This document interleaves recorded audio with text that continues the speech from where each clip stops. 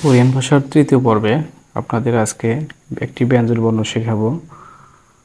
আমি সেটি লিখে দেখাচ্ছি।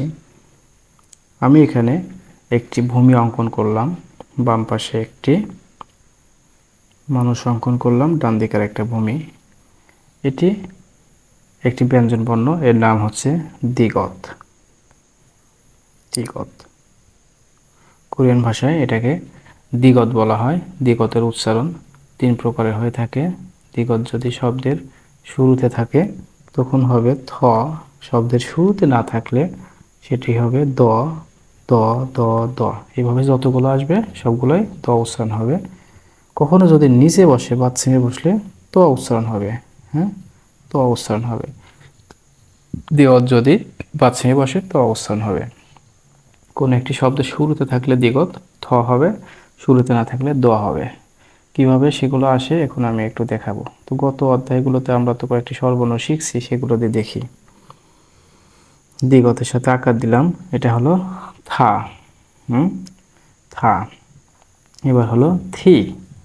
দ্বিগতের সাথে আবার একটা দিলাম রস্বীকার, তাহলে প্রথম দ্বিগতটা হবে থ, পরের দ্বিগতটা হবে দ।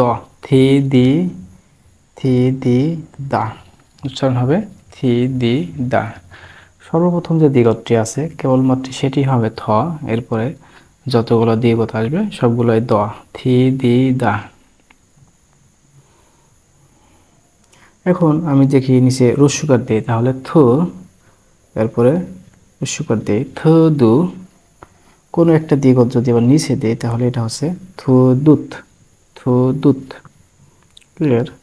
তাহলে দ্বিগতের সাথে আমরা যদি আবার এরকম দেই থি, থি দা, এরপরে আমরা যদি বাচ্চিমে দিই দ্বিগত, সে হবে ত, থিত দা। আর একটা দিলাম থিত দাত। তাহলে দ্বিগতের উচ্চারণ আমরা এরকম পেয়ে গেলাম। আরও একটা শব্দ তৈরি করি, যেমন থা, এবার হলো গা, থা গা, থা গা। আবার দ্বিগত যদি আমি শুরুতে না রাখি তাহলে কি হবে? খা দা, খাদা মানে যাওয়া। এই হলো। আমি যদি নিচে দেই তাহলে হচ্ছে খাত দা। দ্বিগতের উচ্চারণ এখানে হবে, পাচ্ছিমে থাকলে ত হচ্ছে, উপরে থাকলে এখানে দ হচ্ছে, আর সামনে থাকলে হবে থ। এই পর্বে আপনাদের শিখাবো আরো একটা জিনিস। দেখেন, আমি একটা আঁকাইলাম ভূমি, এটা মানুষ, ভূমি, এভাবে দিলাম। এটা হলো রিউল, এর নাম রিউল। রিউলের উচ্চারণ দুই প্রকার। রিউল উপরে থাকলে র হবে, আর নিচে থাকলে হবে ল। এই তো রিউল। একটি শব্দের শুরুতে বা উপরে যেখানে থাকুক র, নিচে থাকলে ল। কিছু শব্দ আমি এবার তৈরি করে দেখাবো রিউল দ্বারা। যেমন এটা হলো রিউল, এর সাথে দিলাম আকার রা, এর সাথে হলো রসিকার রি, এরপরে দিলাম ওকার রো, রসুকার রো, এরপর দিলাম আকার রা। রিউল আবার নিচে এসে নিচেরটা হবে ল, রাল, রাল। আবার খ, তার সাথে আকার খা, নিচে দিলাম রিউল, তাহলে এবার খাল, খাল মানে ছুরি, খাল মানে ছুরি। এছাড়াও আরও শব্দ তৈরি করা যায়, এভাবে দিলাম, তারপরে রিউল নিচে গিয়ে ল উচ্চারণ হচ্ছে, নয়কারে না এবং ল, কি হলো নাল। নাল।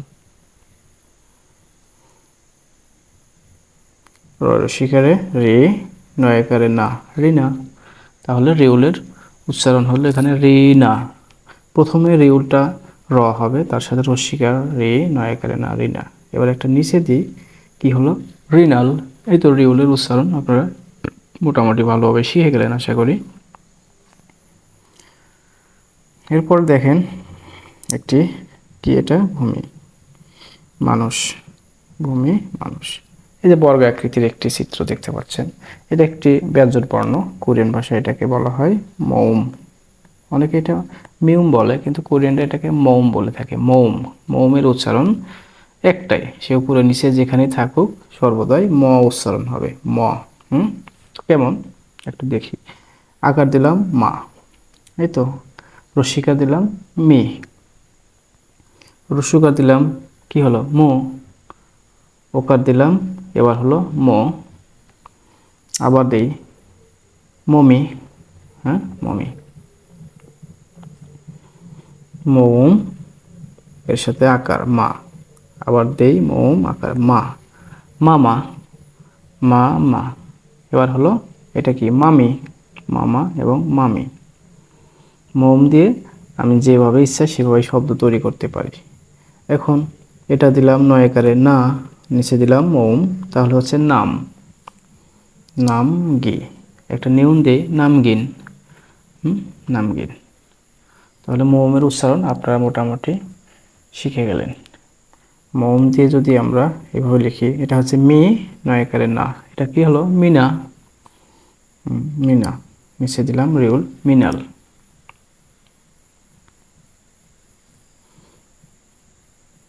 এটা কি মি, এটা হলো ন, মিনু। এই হলো আমাদের মৌমের উচ্চারণ। মৌম নিয়ে আর কোনো চিন্তা করার দরকার নেই। তো আজকে আমরা কি কি শিখলাম? দিগত, তারপরে রিউল, সর্বশেষে মৌম। এই তিনটি ব্যঞ্জন বর্ণ আমাদের আজকে শেখা হলো। আগামী পর্বে আপনাদের সাথে আবার নতুন কোনো ব্যঞ্জনবর্ণ এবং স্বরবর্ণ নিয়ে আসব। ধারাবাহিকভাবে আপনাদের কোরিয়ান ভাষা শেখানো হবে সম্পূর্ণ বিনামূল্যে। ভালো থাকুন সবাই এবং সুস্থ থাকুন।